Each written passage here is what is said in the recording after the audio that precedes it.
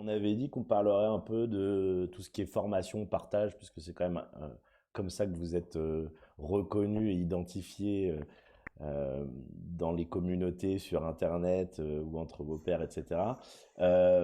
Vous, de votre côté, à titre perso, quelles sont vos façons de vous former? Ben, moi, ces temps-ci, c'est beaucoup par la pratique et l'expérimentation, mais qui souvent va venir de ce que je suis en train de préparer, alors, la plupart du temps pour de la formation, ou des fois pour répondre à des questions d'un client.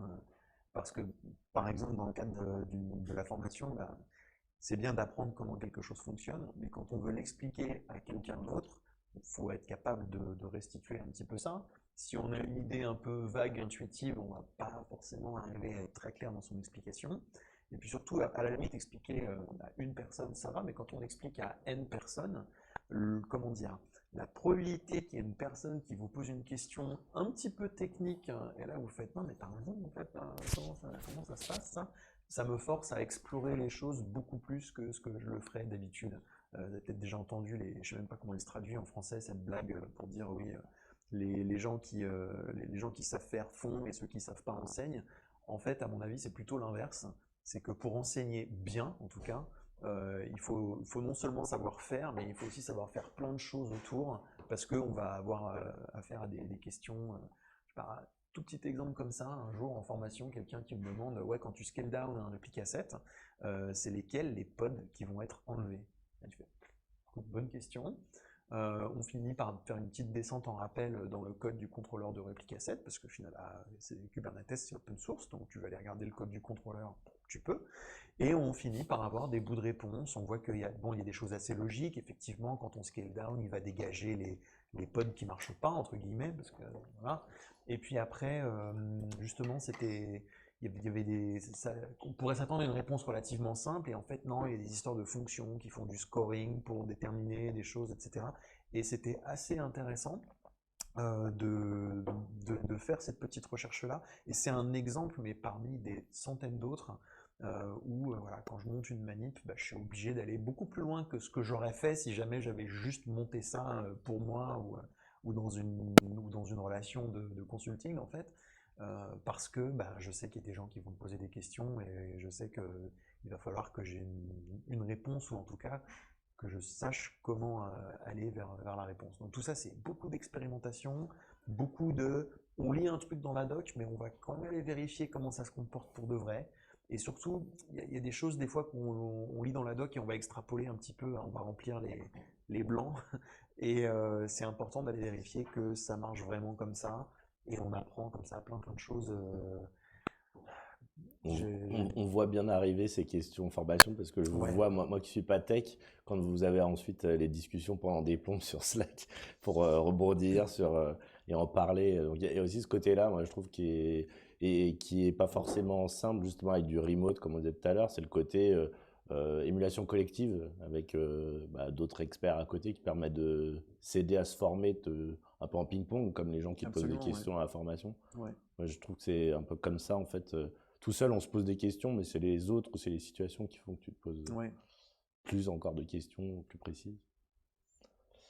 Je vais donner mon avis. Normalement, je pose des questions. Non, il y a des moments comme ça aussi. Une autre anecdote comme ça, des gens qui me demandent ouais, comment je fais pour me connecter à mon Cassandra qui est dans mon Kubernetes, alors que moi je suis là en local sur la machine.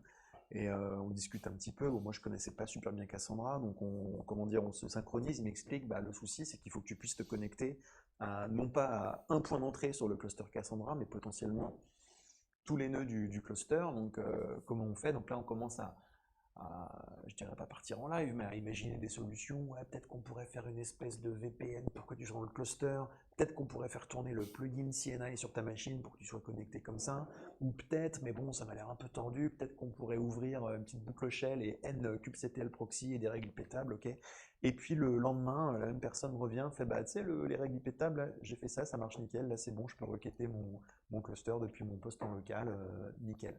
Et ça m'a un petit peu surpris dans le sens où c'est la solution. Bon, c'est peut-être ce que j'aurais tenté parce que c'est les outils que je connais le mieux, un bon vieux ipétable. Mais en même temps, je suis conscient aussi que c'est pas forcément les choses que les gens connaissent le mieux et que si je dis à quelqu'un allez, un petit coup de shell script et des règles pétables, la plupart, ils vont me regarder en mode, oh, t'es gentil, mais ton pétable, là, tu vas le remballer, parce que bon, et ça m'avait, enfin, je sais pas si on peut dire agrément surpris, mais de se dire, tiens, ça avait l'air d'être une solution qui pourrait marcher, et là maintenant je sais que oui, ça marche pour de vrai. C'est pas juste, on se dit que peut-être avec un peu de bol on va s'en sortir, c'est non, c'est validé, quelqu'un confirme qu'il a réussi à le faire tourner, et que c'était pas des semaines de dev, hein, puisque c'est quelqu'un qui suivait la formation et qui a fait ça en quelques heures dans le temps entre 2 journées de formation, hein. Donc c'est des, voilà, apprendre par la pratique, l'expérimentation. Et attention, ça ne veut pas dire que je ne vais pas lire des blog posts, de la doc, de temps en temps regarder des vidéos, etc. Mais j'aime bien tâter le terrain, vérifier comment ça marche, c'est assez important pour moi. Et toi, Xavier? Moi, je dirais la chaîne, c'est quelque chose qui retranscrit, on va dire, à peu près ma méthode de formation, hein. Parce qu'en fait, pour moi, c'est bon, la méthode élaborée un peu par Richard Feldman, quoi, qui est de se dire apprendre les choses à quelqu'un, savoir les expliquer, c'est se former. Et comme le disait Jérôme, hein, c'est exactement ce que disait Jérôme, c'est que ça oblige à être au clair avec les choses. Et qui plus est, apprendre à quelqu'un qui ne connaît pas le sujet. Le meilleur exemple, c'est ma fille. Une fois, voilà, on regarde les tables d'addition, etc. Je lui fais une question piège, elle n'avait pas vu les nombres négatifs, etc. Je lui dis, bah tiens, 2 moins 3. Elle me dit, bah ouais, c'est pas possible ça. Je lui dis, bah si, ça fait -1. Elle me dit, mais c'est quoi un nombre négatif? Et là, tu fais, ben ouais, C'est facile. c'est un nombre négatif, quoi. Et ouais, mais c'est pas un nombre négatif. Oui, Donc oui. après, je prends des calculs, quoi, je lui explique avec des pièces ce qu'on veut, machin et tout, pour dire, bah, voilà, t'as une dette, etc. Mais ouais, on en revient à ça, c'est-à-dire que ça nous ramène, on est devant quelqu'un, on est tout nu, quoi, en fait, et il faut être au clair avec ce qu'on dit. Alors je dis pas que je suis au clair tout le temps avec ce que je dis sur la chaîne, mais en tout cas, j'essaye d'être le plus posé face au sujet que j'essaye d'expliquer. C'est quelque chose qui est assez important. Pareil, on est à une époque où il y a beaucoup de termes qui permettent de faire abstraction des problèmes, soit par des anglicismes ou pas forcément par des anglicismes. On parlait de scale-up tout à l'heure. Il y a quelqu'un une fois sur la chaîne dans le commentaire qui me dit mais c'est quoi scale-up? C'est vrai qu'on a tendance à utiliser des fois des raccourcis sans expliquer le terme d'avant. Alors il y a un moment, il faut s'arrêter parce que sinon on n'en finit jamais. On arrive là cette semaine, je sais plus, on m'a posé la question, oui, je sais plus, sur des IP, un truc. Non, voilà, la question qu'on m'a posée, c'est on m'a dit, tiens, mais pourquoi tu lances des VM sur ton laptop? Il me fait, ah bah a priori, je devine que c'est parce que tu veux avoir des machines virtuelles et pas avoir des machines physiques directement. Alors oui, heureusement, mais bon là c'était un peu le mauvais commentaire, mais en tout cas assez souvent c'est quand même on peut pas si on n'est pas à l'aise avec quelque chose, et surtout à l'oral en plus, Donc c'est le ça fait de ça se ressent, quoi. l'expliquer. Ouais. Ouais. Et donc, il faut être au clair avec. Et la méthode Feynman est très pratique dans cette méthode-là. Alors, je ne savais pas que ça s'appelait comme ça à l'époque où j'ai commencé il y a 4 ans. Et maintenant, ça calque complètement. Et d'ailleurs, j'invite plein de gens à faire des blogs ou à faire des chaînes YouTube, etc. Pour s'auto-former même soi-même. Faut pas avoir le sentiment qu'on donne aux autres. C'est en fait, on reçoit tellement aussi en arrière-plan pour sa carrière, mais pas seulement aussi intellectuellement. C'est un travail qui est intéressant. Voilà. Ouais, en fait, Mhm. c'est une forme d'auto-formation par Ouais, la ça me- formation. C'est ça.